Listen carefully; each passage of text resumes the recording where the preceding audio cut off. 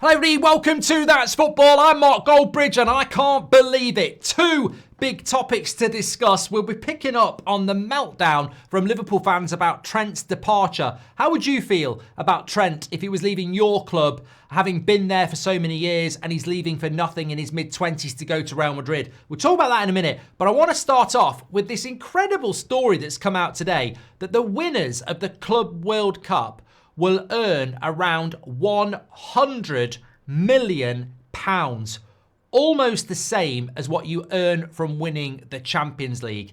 What's going on with modern football? Why is money perpetuating the game in mediocre tournaments? It's incredible. It's absolutely incredible. And it devalues the real tournaments. Like, you can't earn anywhere near that from the FA Cup or anything like that. So why are FIFA, UEFA, or whoever's putting this money up, why are they putting up such preposterous amounts of money for a tournament that fundamentally is flawed? It's absolutely incredible. Now, let's not forget that there is no Barcelona, there is no Liverpool in this. The Premier League champions won't be in it. La Liga champions probably won't be in it. And the Champions League champions might not be in it. And yet it's a Club World Cup. It's incredible. £100 million. And let's not forget, Chelsea and Man City are the representatives for England. Chelsea, who haven't been near a Premier League title for years because they won a Champions League 4 years ago, and Man City, who might only win the FA Cup. This is my fundamental problem with this. You're throwing in ridiculous prize funds for a tournament that fundamentally has no credibility. This would be like having the 100 metres race at the Olympics and saying the three quickest people in the last 6 months aren't here because they weren't quick 3 years ago. That's what's happening. Like Chelsea, fair play, you're in there and you can earn a lot of money, but you're not one of the best teams in the world at the moment by your own admission. You're struggling to get into the top 5 in your domestic league. You're not even in the Champions League. You're not even in the Europa League. You're in the bloody Conference League. But you're representing England in a Club World Cup because you won the Champions League 4 years ago. The whole system is flawed. And then, on top of that, to compound that, you're offering up game-changing money. I'm sorry, I just find it absolutely absurd. Absolutely ridiculous. And I'd love to see somebody in the chat try and justify why this works. I mean, the money is incredible. £100 million of competition money. That's a seventh of Man City's revenue for the whole year. Like that for Chelsea, that's probably a quarter of their revenue for the year. This makes huge amounts of differences for FFP and PSR, and it's a load of bollocks. It's a load of crap.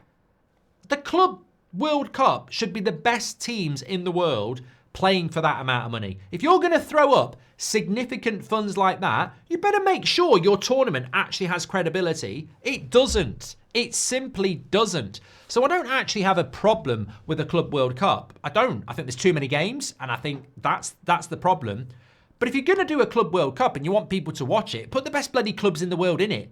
I mean, I'm looking at some of the fixtures. You've got Al Ahly against Inter Miami. You've got Bayern against Auckland. You've got Chelsea against Lyon. You've got Botafogo against Seattle Sounders. Fluminense against Dortmund. Monterrey against Inter. I mean, these are Man City against Wydad AC. Real Madrid against Al Hilal. Al Ain against Juventus. RB Salzburg. I mean, it's just like, hold on a minute.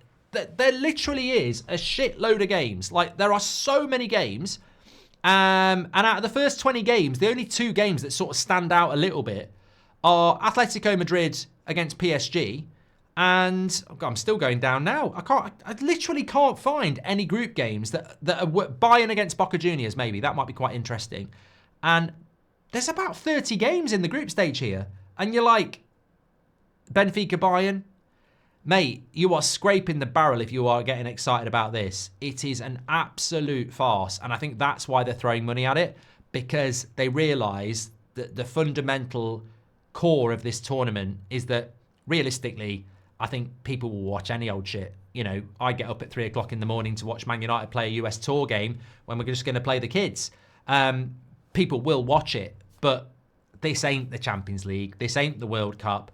This has been badly thought out, and they're now trying to throw money at it to make it work. And I'm not criticising a Club World Cup, and I'm not criticising Chelsea for being in there, fair play.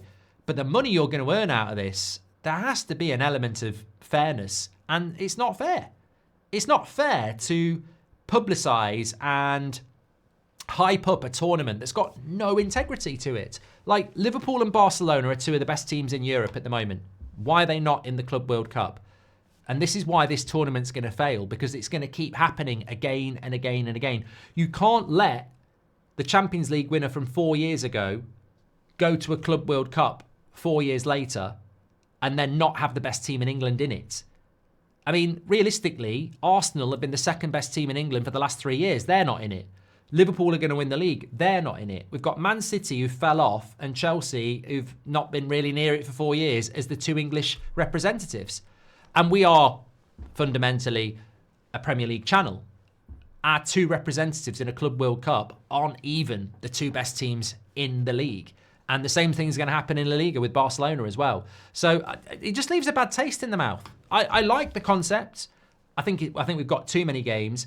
But how are we the consumer meant to get excited for something that fundamentally doesn't have the best teams in it? And I go back to what I said there. If you're watching Wimbledon in the summer in June, which happens to be when the Club World Cup's going on, and the 4 best players in the world aren't there, the guy who wins it, well done. But in the back of your head, you're going, well, the 4 best players weren't here. And that's exactly this massive tournament, and the best teams in the world aren't going to be there. Ridiculous. Let's talk about Trent Alexander-Arnold very quickly as well. Get your comments in on what I was just talking about there. Look, I think that very, very divisive, Trent leaving Liverpool. A player that's been there, all his career, mid-20s, contracts run down, refused to stay at Liverpool, going to Real Madrid on a free transfer. There's been some really angry reaction from Liverpool fans. And I suppose it comes down to, how you want to react to it. I'm not a Liverpool fan, and as I said yesterday, I can see both sides. Trent Alexander-Arnold's got every right to run his contract down, and it's not like it's a surprise that his contract's been running down. So Liverpool have known this is going to happen. But the real relationship is that with the fans, isn't it? And I'm sure there will be a bit of PR from Trent at some point saying, he's been planning this for a while, and, he wanted to go to Real Madrid, and he feels like he's done everything at Liverpool, and the club will always hold a place close to his heart, etc. And it'll be down to Liverpool fans what they want to do with that. What I would say is that we can all have an opinion, but it's going to be a divisive point, isn't it? And I think, Man United are so crap at the moment, it's hard to think of a player that might do what Trent's going to do. But Ronaldo sort of did it in 2009, and it hurt. It really hurt. And he went to Real Madrid. But we did get 80 million quid. And I think the free transfer element was the thing I was thinking about. When Ronaldo went to Real Madrid, it was like he just won the Ballon d'Or. He was the best player in the world for me at that point, and he goes to Real Madrid, and it hurts. We're Manchester United. We've just won the league. We just got to the Champions League final, and he wants to go to Real Madrid because he thinks Real Madrid are better than us, and that hurts. It hurts. I get that. But we did get 80 million quid for it. But it still hurt because he wants to go and play for a club that he perceives is better. That's hard. But Liverpool have also got to put up with that, and the fact that he's from their youth setup, and the fact that he's going on a free.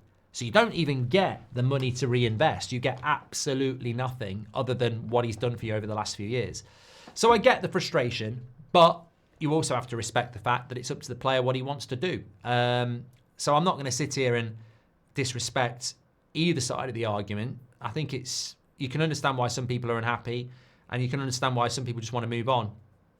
But football has changed a lot, and I think that these days people are going to run their contracts down a lot more because they want the money. And they might not be wrong for that, but they're like, why should Liverpool get 50 million quid when I can run my contract down and I can make the money out of it? And look, players are going to Saudi just for money.